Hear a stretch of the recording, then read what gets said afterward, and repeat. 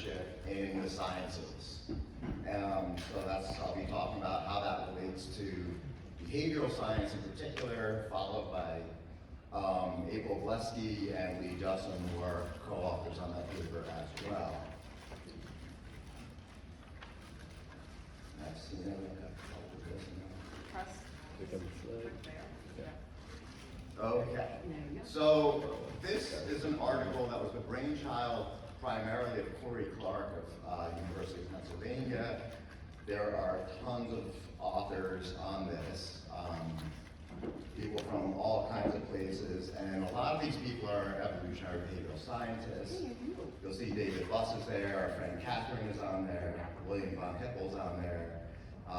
My student Joe from my lab is added as last author. He actually helped me with some of the sort of organization and data for this. And it's based on an article that recently came out in the Proceedings of the National Academy of Sciences.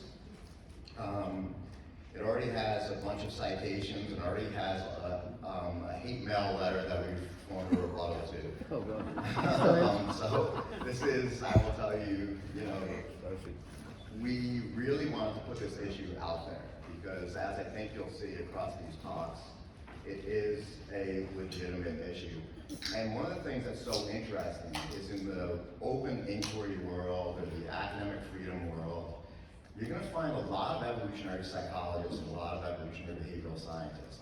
Certainly not 100%, it's not 100% overlap, but I think that people in this room understand that our field is one of those particular fields that within the landscape of academia, not everyone necessarily loves it, even though they should. So the idea is all about, and once I learned about this idea, I'm like, this makes so much sense. This is all about self-censorship. And just to give an example of what we mean by self-censorship in science, think about this. The first one to censor the idea of evolution was this guy. It was Darwin himself. Think about that. And just to put a face to what I mean by that, we're going to talk about that in a bit, but he famously sat on the ideas of natural selection for a very long time. It's essentially why he's like such an exemplar of this concept. In the article that was largely spearheaded definitely by Corey, who's not here, but Lee was second author, and I think played a major role in sort of organizing and writing this, came up with 3 ostensibly benevolent forms of self-censorship in science. So number 1 we think of as self-protection. You can publish that, but if you do, it might be to your own detriment. A pretty extreme example is in 1600, Giordano Bruno, who followed Copernicus' wild idea that the Earth goes around the sun, got himself burned at the stake for espousing that idea. And this is a classic example of the Catholic Church centuries later said, "Whoops, we're sorry." So he got a "whoops, we're sorry" 300 years later. Sometimes publishing, and I'd say it's important that it comes in 2 forms. It's certain topics and it's certain findings. And sometimes those overlap and sometimes they don't. But it's an issue of are there some topics that you don't even want to touch? And are there some findings that might be sort of concerning to get out there? So in his case, his findings got him burned to the stake. Here's a second example. Benevolence toward peer scholars. So here's an example from my own career, which is why I'm so interested in this. Turn back the clock to 2000. So I applied to a position in social psychology at the State University of New York in New Paltz, where I still am, by the way, thankfully, because I do love working there, in spite of some hurdles. I had 2 threads of research, and I wasn't sure which to present. As most people in this room know, when you go for a tenure-track job, you give what's called a job talk, or internally we call it a job talk, presentation on some of your research. I was pretty naive at the time. I probably still am, but I was much more naive at the time. And I said to the research department, the research chair, who I look back in retrospect really wanted to be hired, I said, well, I got 2 threads of current research. One is standard social psychology, and it was about cognitive dissonance and relationship satisfaction. And the other was rooted in evolutionary psychology, which was about reactions to infidelity from an evolutionary perspective. And I remember very vividly, he said, the first one, and then he thought, and he repeated, the first one. And I'm like, okay. And that was, I'm smart enough to understand he wants me to give the first one. And to be honest, it wasn't until a couple years later that I really understood why. That was a very strong recommendation. I took the advice, I got the job, and somehow or another turned New Paltz into a little, not a giant, but like a little haven for evolutionary psychology. We formed there and held the first ever conference there for NEEPS in 2007.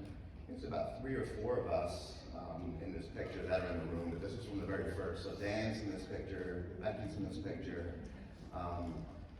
It was a great beginning, and interestingly, I would not have been able to have started NEEPS or helped start NEEPS or work with this great group of people if I hadn't gotten a job in the first place. And if I presented on the evolution of infidelity, I can almost guarantee you that I would not have gotten a job in the first place. So that's academia today. The third one, I told Martin Daly, is he in here? I gave him a little shout out. Yes, so this is actually, I just thought of this just as an example, Martin, just as a relatively benign example, interestingly. But the third concern that leads to what we might call self-censorship in science can be thought of in terms of pro-social concerns for the well-being of human social groups. So there might be research that sort of has some implications regarding some specific human social groups, and that might be hurtful to people. One example is, I know in my evolutionary psych class, I opened the first week talking about Martin's research on step-parents and what we call the Cinderella effect. And I'm now actually in a situation where I am a stepfather to Nathan and Sophie, and they're really great kids, Shannon's kids. And I look now at the research that shows that step-parents are, magnitudes more likely to engage in things like filicide and fanticide and violence on the front.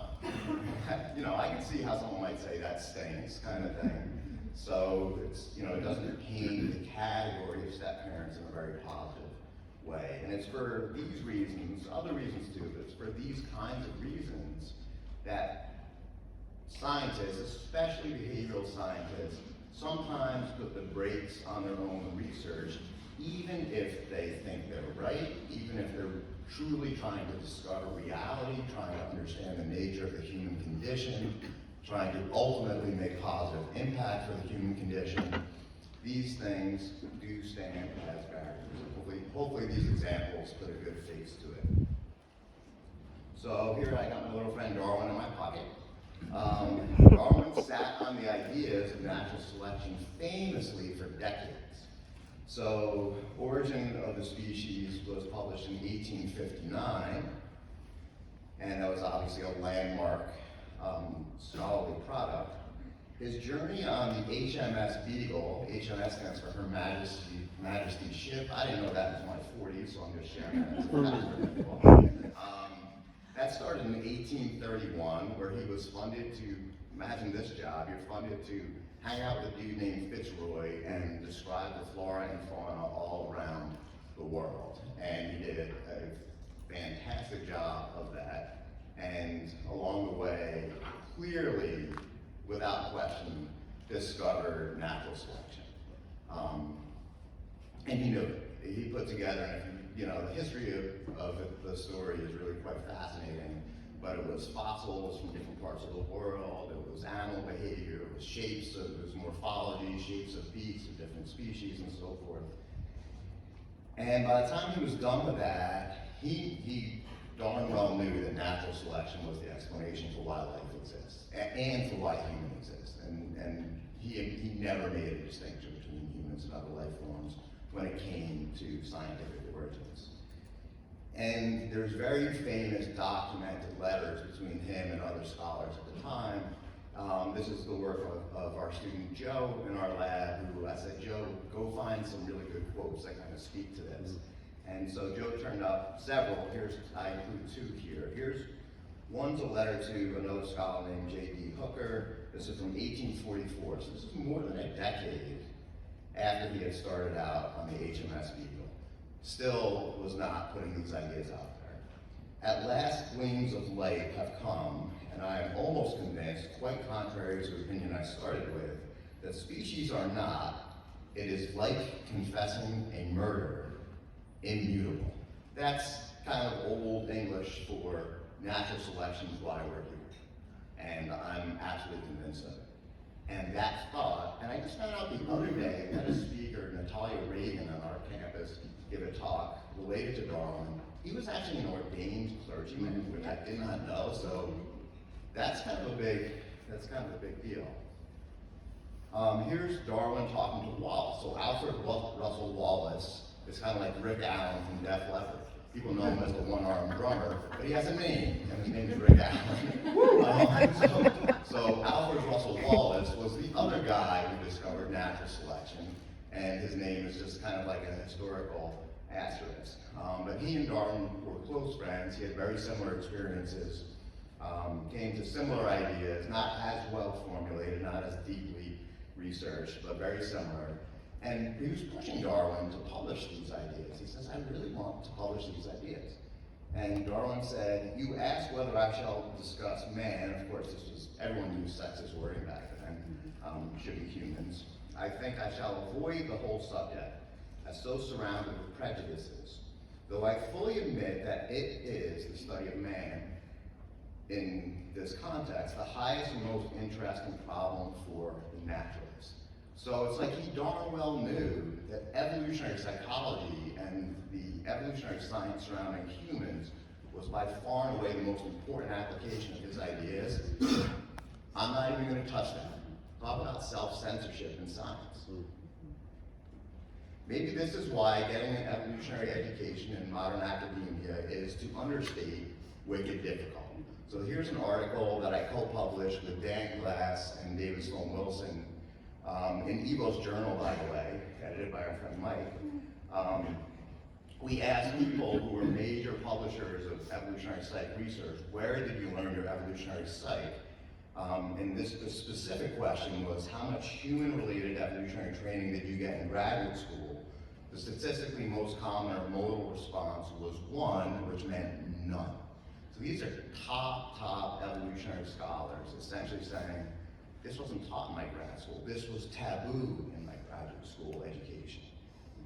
This is very similar to findings from an article that April published. April's actually up next in the panel, where she found that at a very strong state university somewhere in the Midwest, and I'm supposed to use these generic terms, might be where she teaches now, that students' knowledge of evolution when they start as freshmen was statistically the best predictor of their knowledge of evolution at the end of their education. And again, this is in a really high caliber, strong academic institution.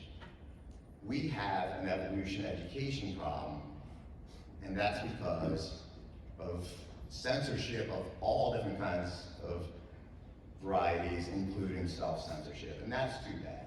It's too bad to the people in this room, because we know that evolution sheds light and helps us understand things like religion, mental health, physical health, education, social interactions, emotional intelligence. There's a paper coming out soon with Ethan and Julie and myself on how we can totally better understand emotional intelligence from that perspective, warfare, democracy, and lots more. So to the extent that we censor these ideas because we're afraid people don't like them, we are lagging in terms of understanding what it means to be human. So I want to thank my collaborators, especially Corey, I knew someone's name was there, Lee and April, and Catherine in this room is also an author on this article, by the way, and to New Paltz Evolutionary Psychology Lab, which is right here. We have a lot of fun, and this is us studying really hard one day. Also, want to thank NEEPS, of course. This is probably, in 2013, the only time an evolution conference was held inside a church.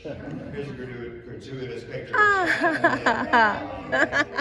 And for my friend Gordon Bear, who said, are you going to put Zuko in your slides? Yes, there's Zuko, my cat. And I would ask for questions, but I'm going to defer. Yeah, I'm going to defer. Maybe we can, and hit me up later and we can talk about that.